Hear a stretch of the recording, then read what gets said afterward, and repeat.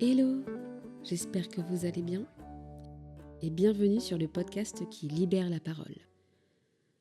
Ça faisait un petit moment que je cherchais à aborder ce sujet, mais je ne savais pas trop par où commencer.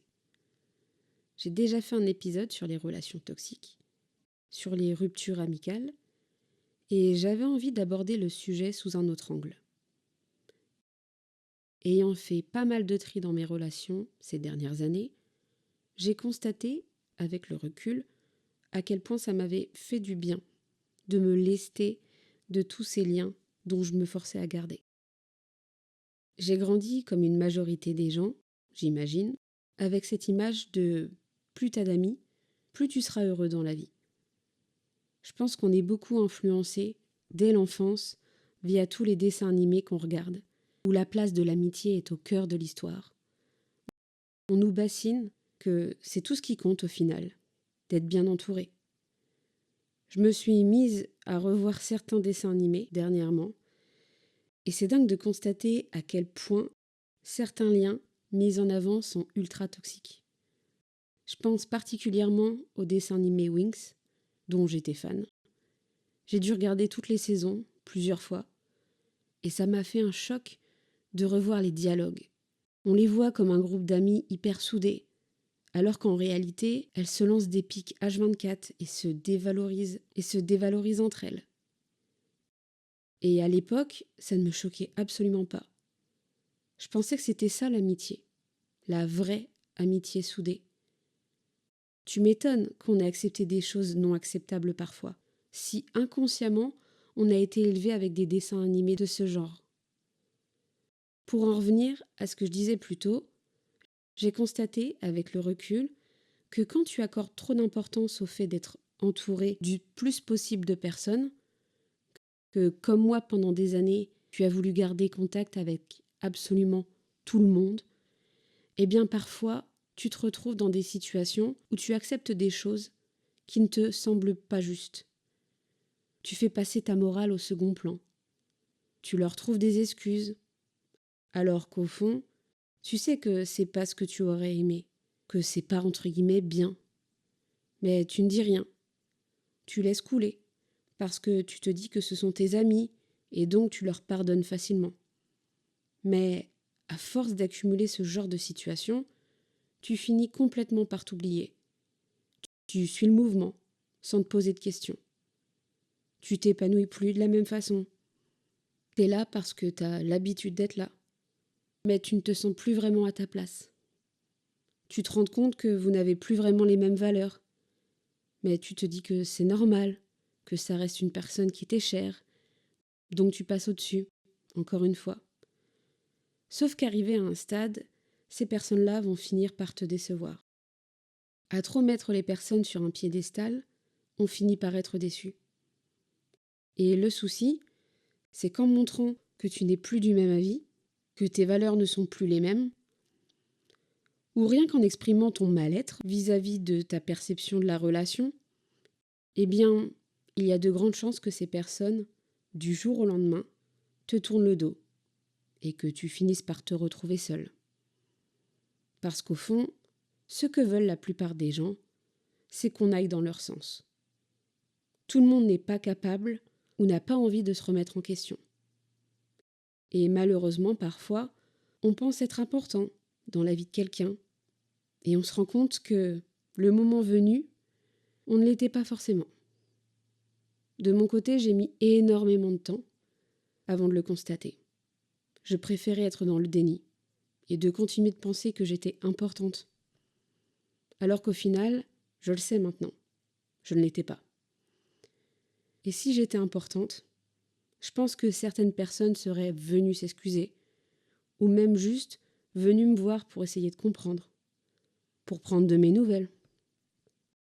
Si on ne vous montre pas d'intérêt, arrêtez d'en donner aux autres. Vous allez perdre votre temps, votre énergie. Et puis, il faut aussi apprendre à se respecter. Quand c'est toujours les mêmes qui font le premier pas vers l'autre, qui tentent d'organiser des rencontres, eh bien, ça veut déjà tout dire. Et encore plus si on ne vous donne pas de réponse claire et précise. Si on vous répond « je sais pas » Je te redis dans la semaine. Et puis finalement, on ne vous recontacte jamais. Là aussi, vous avez votre réponse. Une non-réponse est une réponse. Après, je sais, c'est pas facile à entendre. Ça l'est encore moins pour lâcher l'affaire et passer à autre chose. Mais dites-vous bien qu'un SMS, ça prend 30 secondes à écrire. C'est pas toujours facile de se débrouiller pour avoir un créneau dans la semaine. Mais si on a vraiment envie de passer du temps avec quelqu'un, on trouve le temps. Si la personne en face de vous ne vous montre pas qu'elle a envie de faire cet effort, encore une fois, vous avez votre réponse. Tout comme ces personnes à qui tu écris quand tu sens que tu es au plus bas et qui ne cherchent pas à te réconforter ou qui ne cherchent pas à t'écouter. Ça aussi, ça m'est arrivé. Et il n'y a rien de plus décevant quand tu es la personne qui écoute et qui réconforte les autres de n'avoir personne à qui parler en cas de besoin. C'est en faisant ce constat petit à petit que j'ai compris que la majorité des relations que j'entretenais étaient fausses. Et ça m'a fait énormément de peine pendant plusieurs mois, voire même des années. Aujourd'hui, avec le recul, je ne regrette pas d'avoir coupé contact. Je m'en sens tellement plus libérée. Et oui, malheureusement, j'ai moi aussi fait ce constat. De plus t'es vrai, plus t'es seul. Les gens sont là à dire qu'ils veulent qu'on soit honnête avec eux, qu'ils veulent être entourés de personnes qui ne les jugent pas. Mais en réalité, dès que tu vas dire une vérité, on va te mettre de côté. Je me suis toujours considérée comme quelqu'un de fidèle. Et je pensais qu'on l'était avec moi. En retour. Même si c'est pas quelque chose que je cherchais absolument, pour moi c'était logique. Et attention, je parle de vraies amitiés, et pas juste une bande de potes. Les relations que j'ai tenté de garder pendant X années, c'était de vrais amis, en tout cas de mon point de vue. Et ça c'est le plus déchirant dans l'histoire. Très honnêtement, je ne pense pas leur manquer. Et d'un autre côté, je m'en moque un peu, puisqu'ils ne me manquent pas. Le fait d'avoir très peu d'amis, à l'heure actuelle, est un choix. Certes, il y a des moments où je me dis que j'aimerais me refaire de nouveaux amis, apprendre à connaître des gens. Il y a toujours un côté excitant. Puis finalement, à chaque fois que j'essaie, je suis toujours un peu déçue. Parce qu'avec toutes ces expériences, j'ai compris. En tout cas, j'ai des facilités pour analyser les gens et voir leurs vices au premier abord.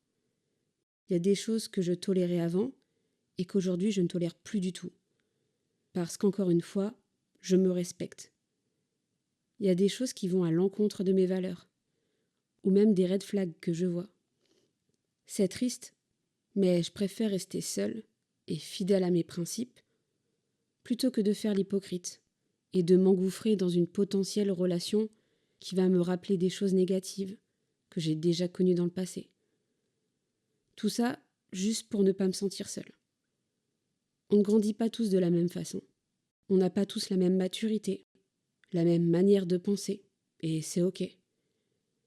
Mais ce n'est pas pour autant que je peux ou que je veux prendre sur moi et faire abstraction des choses qui, selon moi, ne vont pas.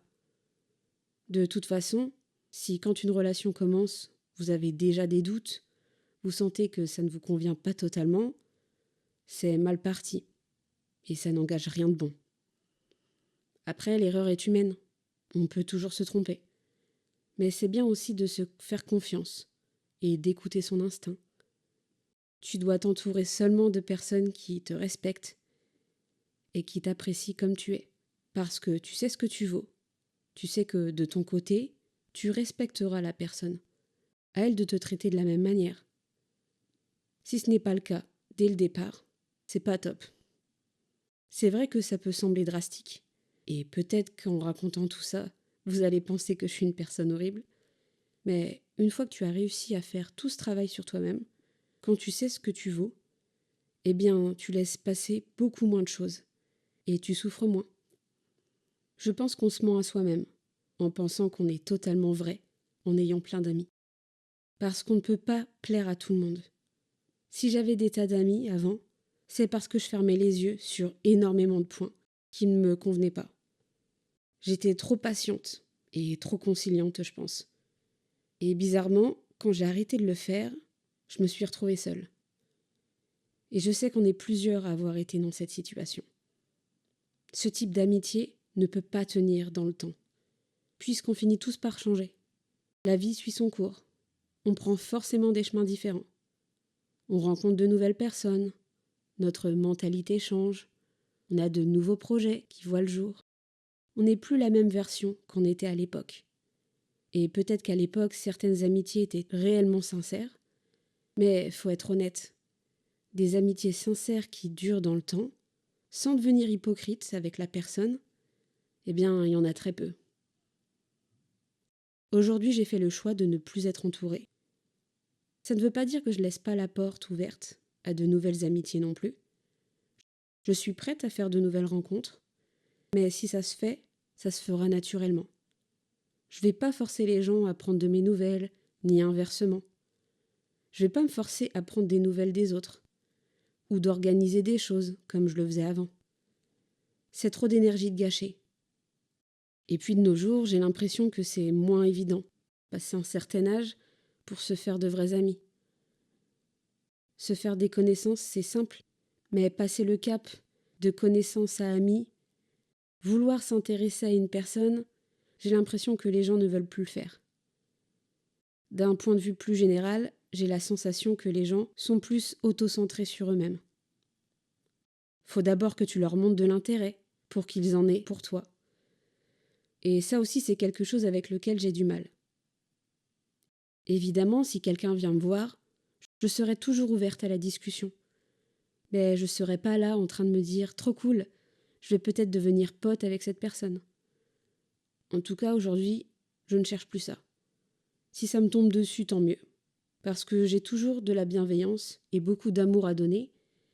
Mais si jamais je ne trouve pas cette sensation d'amitié sincère, eh bien, tant pis. Ma vie actuelle est déjà bien remplie.